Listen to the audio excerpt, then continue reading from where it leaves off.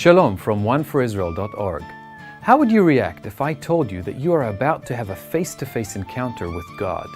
Shock, fear, disbelief, excitement? Whatever it might be, today in our text we are about to experience such an encounter. In this week's Torah portion, 봐이쉴락흐, which means in Hebrew, sent forth, we meet Jacob in a crucial turning point in his life.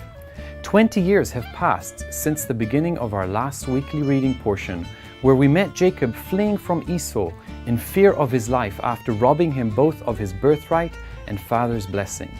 These have not been easy years for Jacob, but something is about to change, and there is a great lesson and encouragement in this for all of us. But there is a problem. Jacob has to face now the mistakes and wrongdoings of his past and meet face to face with Esau, his brother. Like Jacob, we also have points in life where we have to face our past mistakes. It is in this moment of despair that Jacob prays to God in brokenness. In Genesis 32 verses 9 to 11, we read, "And Jacob said, O God of my father Abraham and God of my father Isaac, O Lord, who said to me, Return to your country and to your kindred, that I may do you good.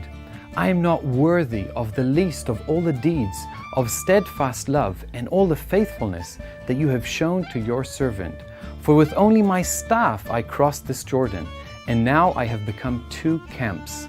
Please deliver me from the hand of my brother, from the hand of Esau, for I fear him, that he may come and attack me, the mothers with the children." Jacob is now ready to meet Messiah Yeshua face to face as he confesses with his own mouth, "I am not worthy." In chapter 32, verses 24 to 31, we read, "And Jacob was left alone, and a man wrestled with him until the breaking of the day.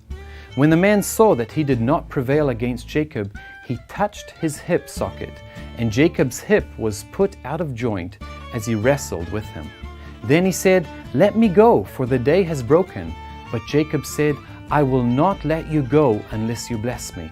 And he said to him, What is your name? And he said, Jacob.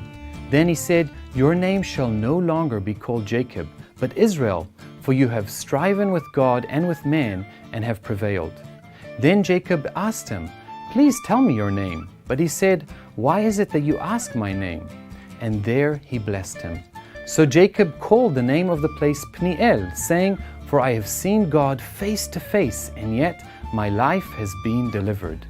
The sun rose upon him as he passed Peniel, limping because of his hip."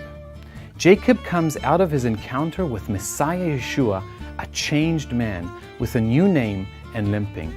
After years of striving with man and God in his flesh, Jacob finally surrenders and is ready to become Israel, the father of the Jewish nation, and experience the fullness of God's blessing as written in Genesis 35 verses 11 to 12.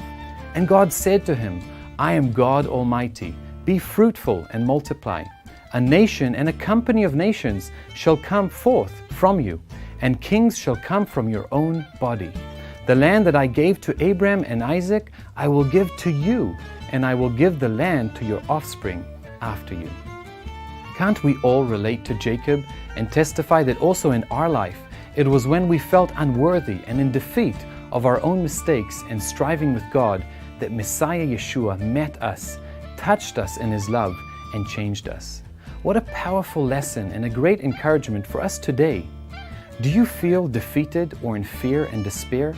Messiah Yeshua is the one whom God the Father sent as the ultimate king and descendant of Jacob to meet our own needs and touch us, and even in our weakness, described in the text as limping, God can do great and mighty things.